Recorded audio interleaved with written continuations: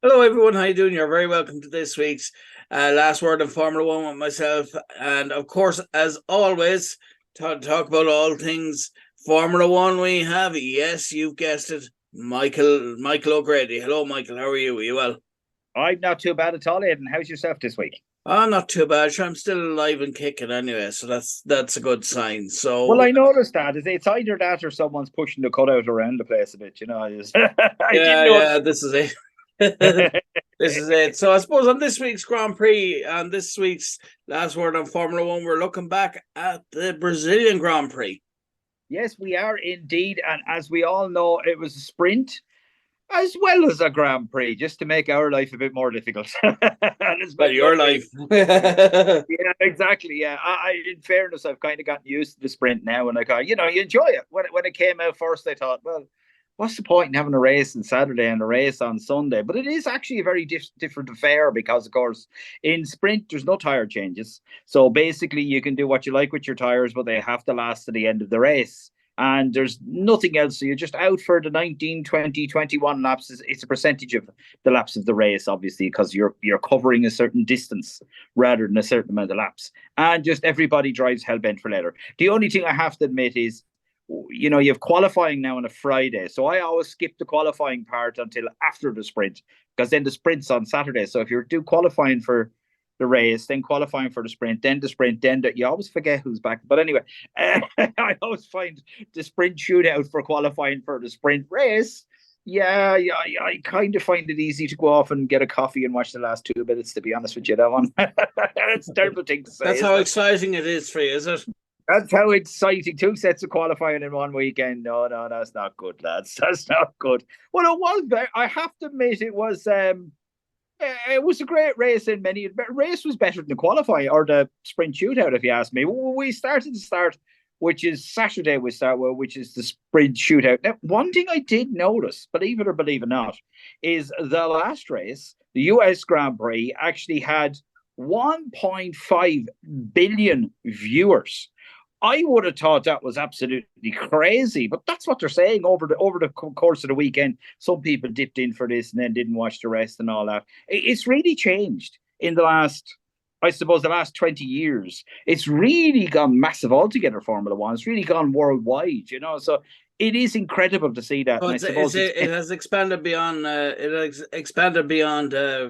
realms of Wexford. well, exactly, and that was unusual. I mean, I thought when we got it to Roscommon, we were doing very well, but no, it's because of me. See yourself and myself, Aidan. You know yourself. That's Most people it. never heard of Formula One until we came along. Well, Michael, this is who? it. Sharing it with Schumacher, the masses, who? spreading the gospel of Formula One is not it, as we do every week.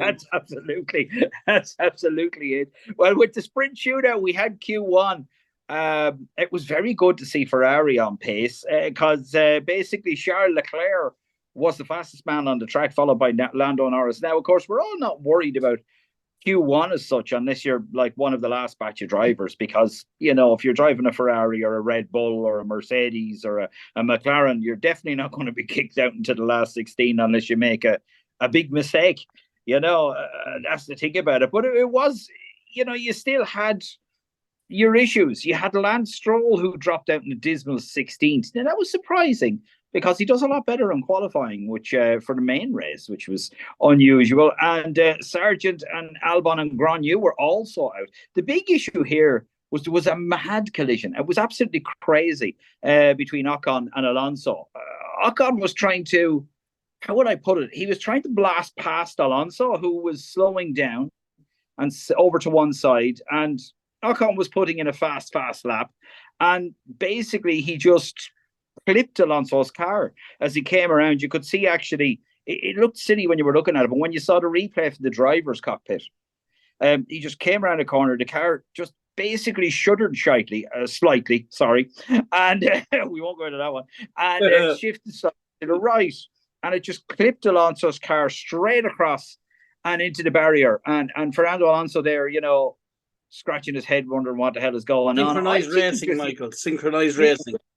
absolutely. I think he was just really sort of pushing too hard in that corner for the car because it just drifted over, I'd say, by an inch to 2 inches, which doesn't sound like an awful lot, but I mean, if you're trying to do a fast lap, you don't want anybody slowing you down, and it just went over that little bit, and it's not like Alonso to, sort of block anybody or slow anyone down. I mean, he was, I'm sure, had his eye on much higher than this sort of thing, so it meant, it was a bit of a pity because it was Ocon out. And then in Q2, well, basically the damage with Alonso's car meant he couldn't actually make it out for Q2. So that was it. He was going to be starting at 16th. So I'm sure, he wasn't particularly happy himself. But look, what can you do, I suppose, after an accident? And we also lost Bottas, Gasly, Hulkenberg, and in that one as well.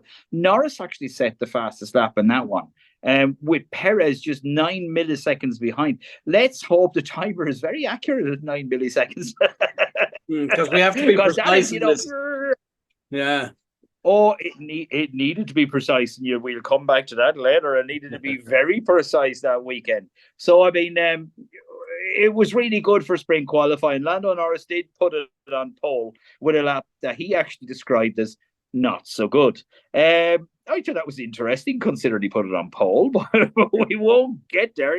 It was a 1:10.622, whereas Verstappen was a 1:10.683. So the McLaren on that one lap that was not so good was actually incredibly fast.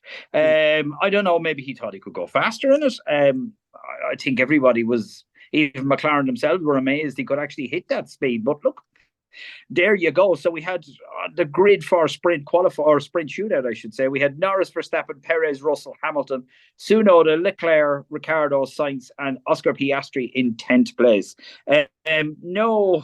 Well, the old Aston Martins didn't do very well, but we've kind of sort of gotten used to that lately. With Alonso in 15, who couldn't make it to even get out at Q2.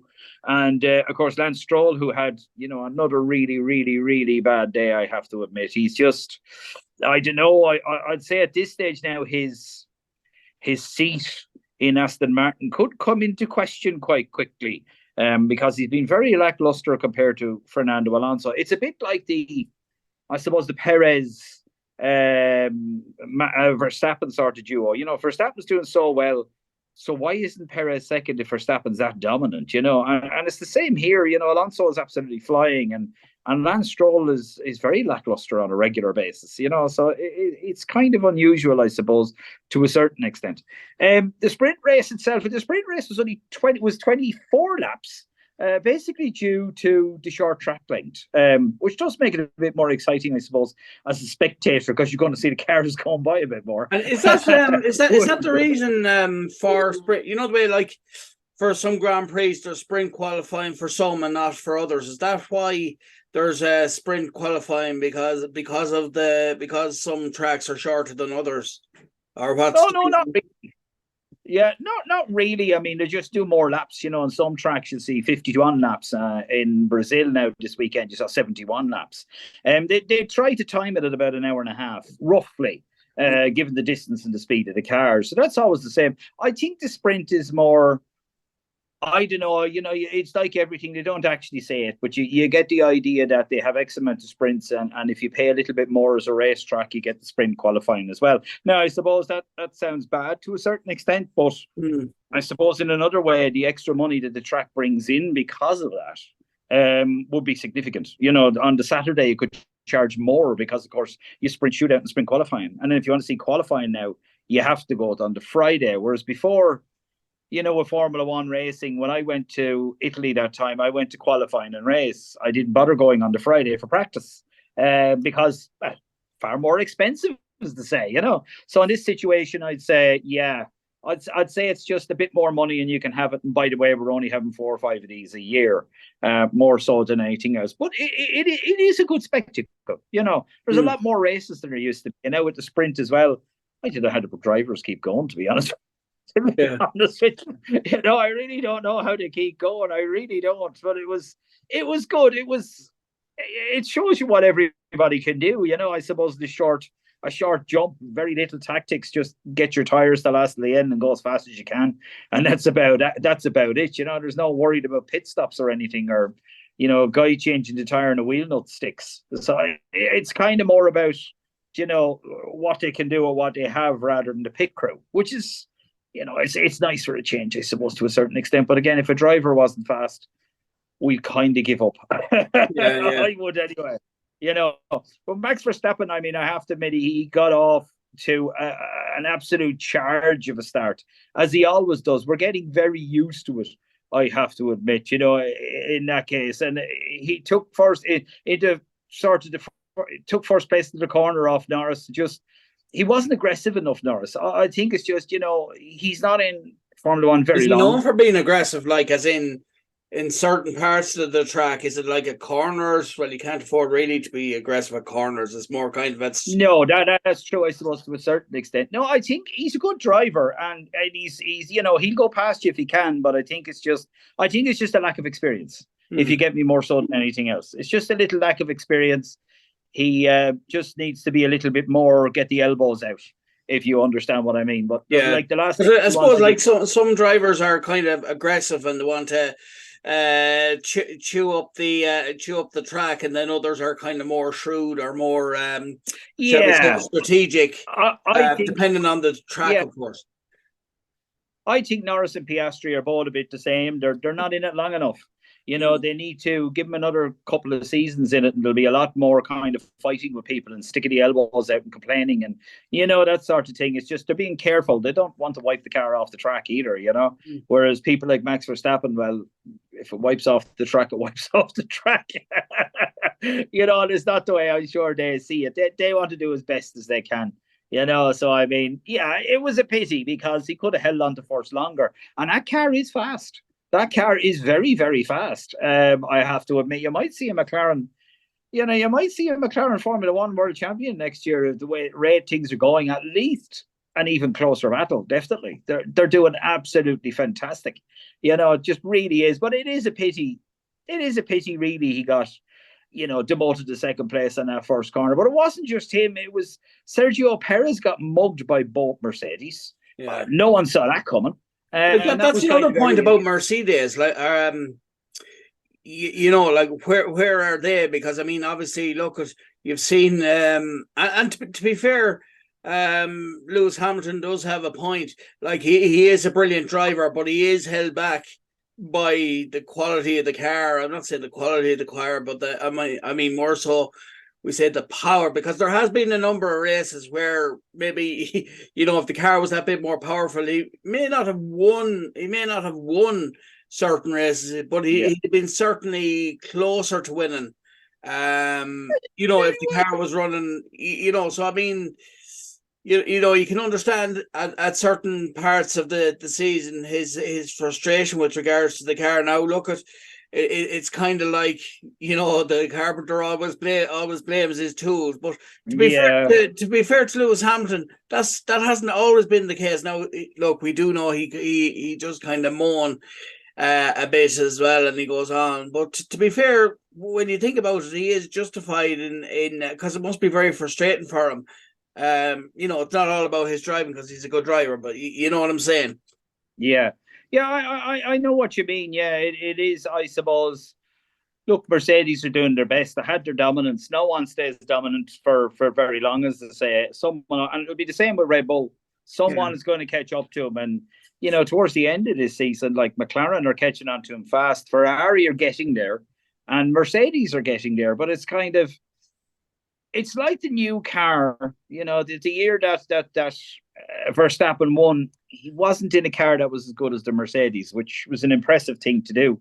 The Mercedes has been fast in some races, definitely has been fast in some races, but I think, he just doesn't have the cut of Max Verstappen. Max did it in a car that was nearly as good as the Mercedes, and in a few races this year, the Mercedes has been nearly as good as the Red Bull, and he's been doing well. I think with Lewis, he's a very good driver. He is hampered with the car to a certain amount. The team can only do what a team can do. Everybody goes through rough patches. You only have to look at Ferrari.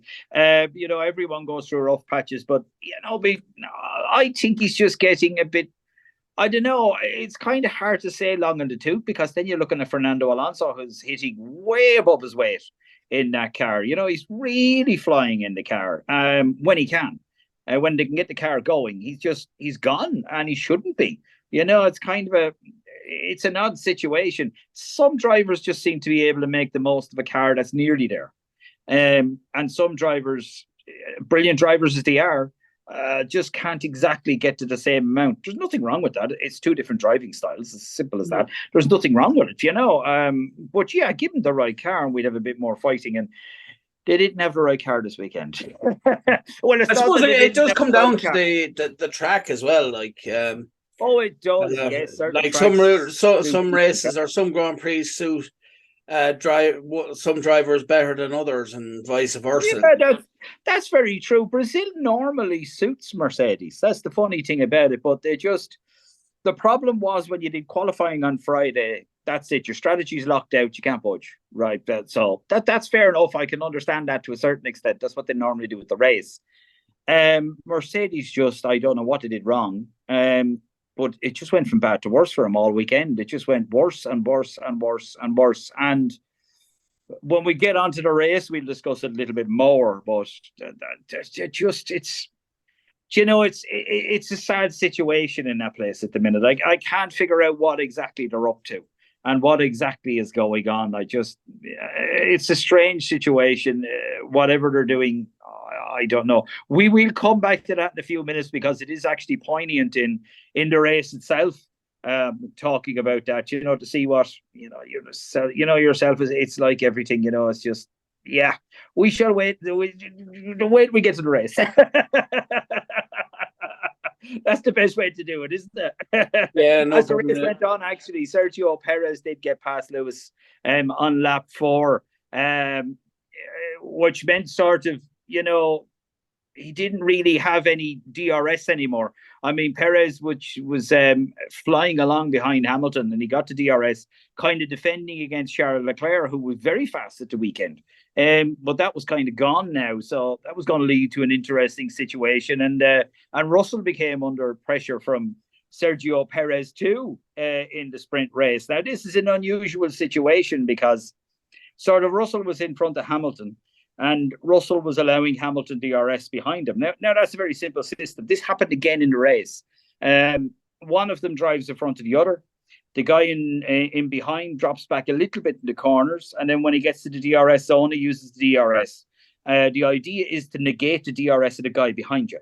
So the guy behind you can't get past you because you're going a little bit faster. Even though you're not going to catch your teammate by the end of the DRS zone, you're still going faster and you're going to be a lot closer to him, so they can't get by you. But when Perez broke that, well, then, yeah, it was slim pickings really after that, you could say. It's just Hamilton could no longer stay with Perez at all, after that, whereas kind of with the DRS, the two of them towing each other, it kind of does work very well when the team works together.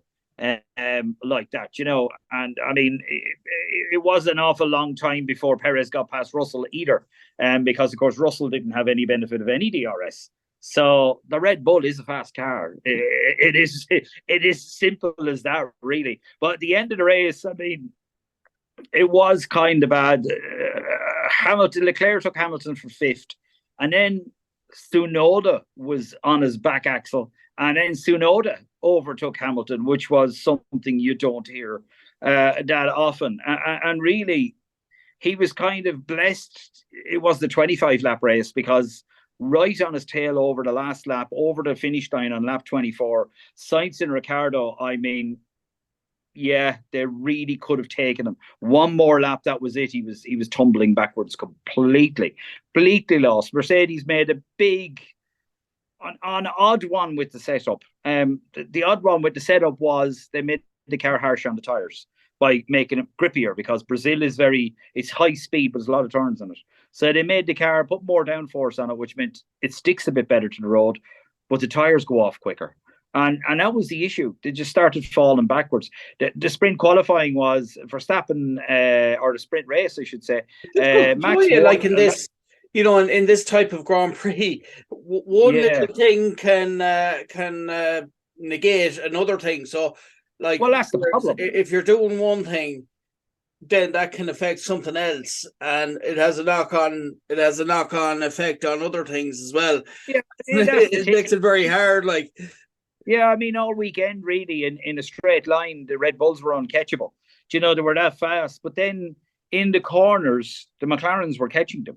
If only every Grand Prix was in a straight line, it was. Well, that's very true. That's very true. Yeah, but the McLarens were catching them. I mean, at the end of the sprint shootout, 24 laps, Lando Norris was only 4.2 seconds behind Max Verstappen. That's very tight compared to what they were getting all year long.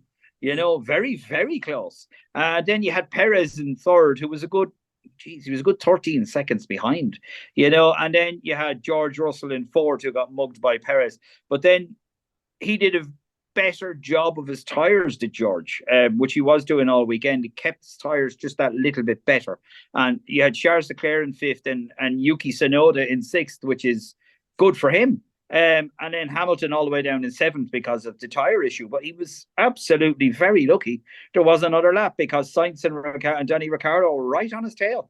Really were on his tail, and that was rounded out then with Oscar Piastri in 10th place. Again, it's a bit unusual that kind of Verstappen starts second, gets first, and Perez has to fight his way up the third. And then again, you're looking at Lando Norris in second, and then his teammates in 10th. They're in the same cars. It does go to show there's a difference in the driver. And, you had Russell in fourth and Hamilton in seventh, and it was just Russell is a smooth driver. He probably learned from Jenson Button. Man, was the smoothest driver I've ever seen in my entire life. Very light on his tires. Absolute genius of a driver. And he was just easier on his tires. And it was as simple as that. He's just slightly easier on his tires. He was 3 places ahead. It's mad when you think about it. It really is crazy when you think about it. I suppose from there, overtake of the sprint race had to be Fernando Alonso. Give that man a car and he'll do something with it that could go fast. I'll put it like that to you. He didn't make the top 10. He was in 11th. But he did start from 16th. But he really did a great job on Gasly, I have to admit. Wheel to wheel, diving and ducking and on his wing and all over the place, several corners. It was absolutely so entertaining to watch. They were on top of each other. How it didn't end in tears, I do not know. I mean, they were, they even clipped each other or touched each other a couple of times as they were going around. It was just unbelievable. And in the end, he just went round the outside. It made for a very entertaining race, I suppose. And I suppose if you were to look at the race as a whole, did it go pretty much as you expected, or was there a few little? I suppose the sprint race, it didn't go too bad. I think everybody expected Charles Leclerc to do a bit better and be ahead of Russell, probably in fourth place. That's about the only spanner in the works. The Mercedes do very well around here, but for some reason they just didn't last weekend. They didn't do great at all. So that was a bit of a, Hamilton in seventh with Yuki Tsunoda in front of him. You don't see that very often.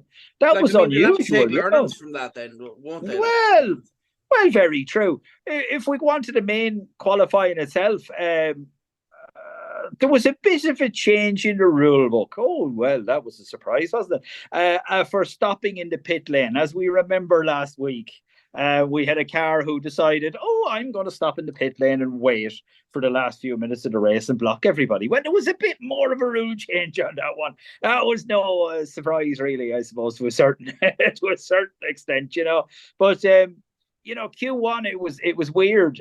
Kind of rain was threatening the whole time. The drivers were putting in the laps very early. And then when the rain didn't come, the drivers put in more laps. But I mean, literally, the sky was a gunmetal grey. You knew it was coming. It was as simple as that. It was just a matter of when. Such an angry looking sky. Monsoon season was about to open. It was just incredible, I have to admit. And they put in a lot of laps to get out there. Left there, Michael, as well. So there's 10 minutes left on that. Oh, that's okay. I'll get through that. That's no bother. Both AlphaTauris went out by a tenth of a second, one of them, would you believe, and Bottas and Granu. Q2 was much the same. Everybody was out driving angry. We lost Hulkenberg, Gasly, Magnussen, and Albon. And it just was, everyone was waiting for the rain to just power down at any second. Well, in Q3, still no rain. It really was. The clouds were just looking very angry there. 9 minutes to go, there was a big report that the clouds were 2 minutes away. Now, as you can guess, yeah, people started moving it at that stage and getting it quick, but it wasn't very long. Oscar Piastri went off the track on the 12th corner. He got damaged. He rejoined, but as he did, it was raining, of course. That's what put him off. The whole qualifying session was, it was just red flags. You couldn't do it. You just really couldn't do it. Nobody was getting out there, So you ended up with Max Verstappen in first, and Charles Leclerc would have very good second place, I have to be. 3/10 of a second between them. Lance Stroll in third. Now, Lance pulled something out of the hat there. Now, it could be just because the last 7 minutes were cancelled, but he pulled something out of the hat and got third place with Fernando Alonso in fourth. It was nice to see Aston Martin back up again. Where did that come out of? It wasn't there the day before. Well, in fairness to Alonso, he got taken out of the track. With Hamilton and Russell in fifth and sixth, Norris, Sainz, Perez, and Piastri. And that's the way it was. Well, the race itself, well, we had a very interesting formation lap. Suddenly, Charles Leclerc was in a barrier, and everyone's going, what? That's the formation lap. Basically, and all you heard was, why am I so unlucky? Why am I so unlucky? Basically, he was taking a couple of the sharp corners, warming up the tyres. There was total hydraulic failure in the car. So the steering just gone. That was it. Car slid off and into a barrier. Charles Leclerc, bad luck, I would have said cursed. The race headed off, sold out attendance, would you believe? 267,000 people. It was the 30th anniversary, I suppose, of Senna's last race here, so it was always going to be busy, and it was just absolutely great start, I have to admit. It was a bit of argy-bargy with Alex Albon going on, and a couple of them, him and Kevin Magnussen, ended up in the barrier, which brought out the safety car, which then was cancelled, and we had to wait 20 minutes for a restart because there was so much damage. A piece of a tire actually went flying up into the air and across the track. A whole ring of a tire, whole side of it. It was just crazy, it really was. But at the start, it was absolutely fantastic. Hamilton found himself in P3, which was very good behind the safety car. He had done quite well. But with the restart, Hamilton tries to take second place of Lando Norris, but Lando Norris was having absolutely none of it and stayed there. But this is when everything started going pear-shaped again. Because it wasn't long until, how would I put it? Okay, all right. George Russell decides to put up a radio message that says, look, let's work together for the first bit with Hamilton in front of him. I won't try and overtake. I'll stay behind, with the idea of using the DRS like they did in sprint qualifying. And that went on for a couple of laps. And then out came the usual sort of comment from after saying, let's work together. He was kind of asking, could he speed up a wee bit?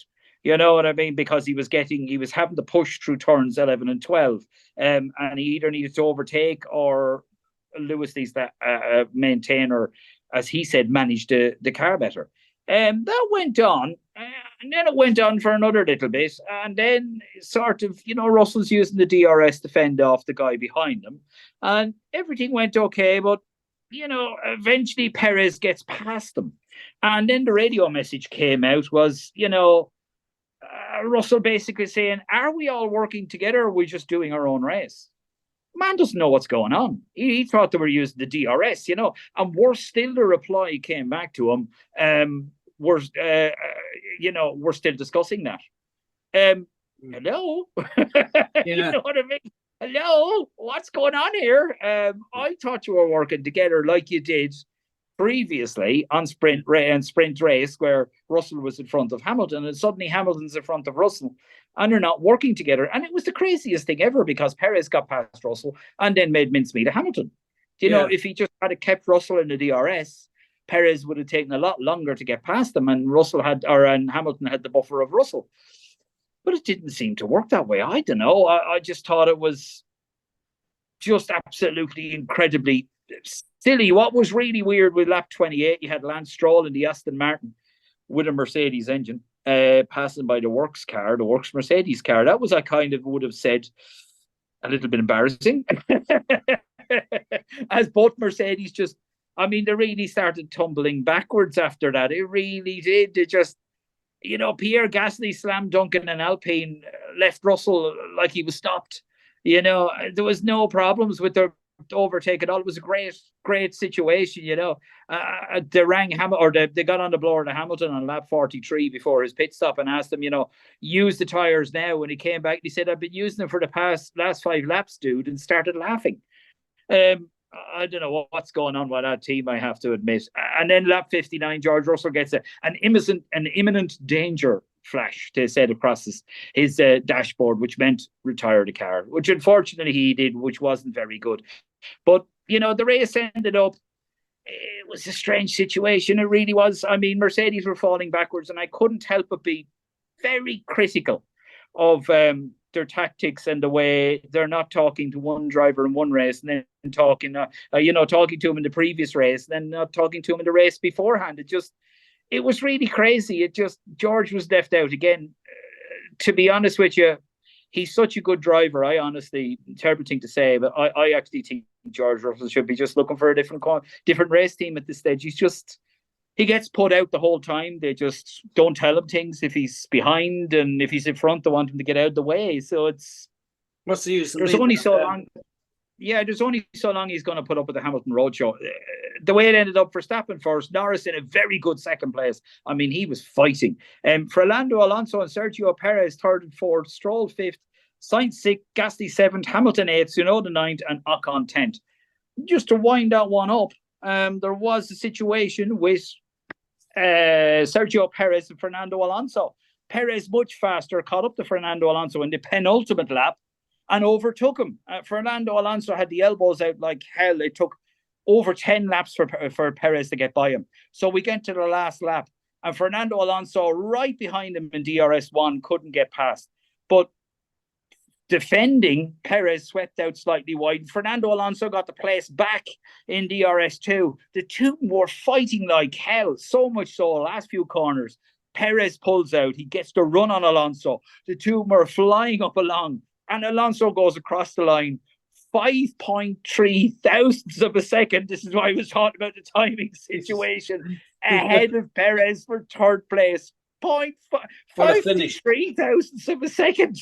What a way to finish a race. Timing system had better be right, like, you know. But it was just amazing to see a guy in an inferior car that was so much slower. I mean, Perez cost him like a ton of bricks to stick out the elbows and go, no, you're not getting by. And then when he got by, when he got by, no, I'm going to get by you again. And, you know, the car was inferior, and that man made the place. It was just incredible. It was brilliant to see, is all I'll say. Anyone who saw it, I hope you enjoyed it.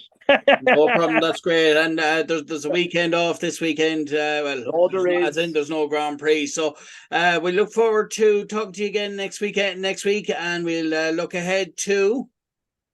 Oh, which one is it now? You have to put me off. Oh no, I'm after forgetting. Hang on. It's the United States Grand Prix. The United States Grand Prix. So we look forward to talking to you then. So thanks very much, and we'll talk to you again next week. And no problem, Zed. Talk to you then. No problem. And that was Michael O'Grady and myself talking about all things Formula One.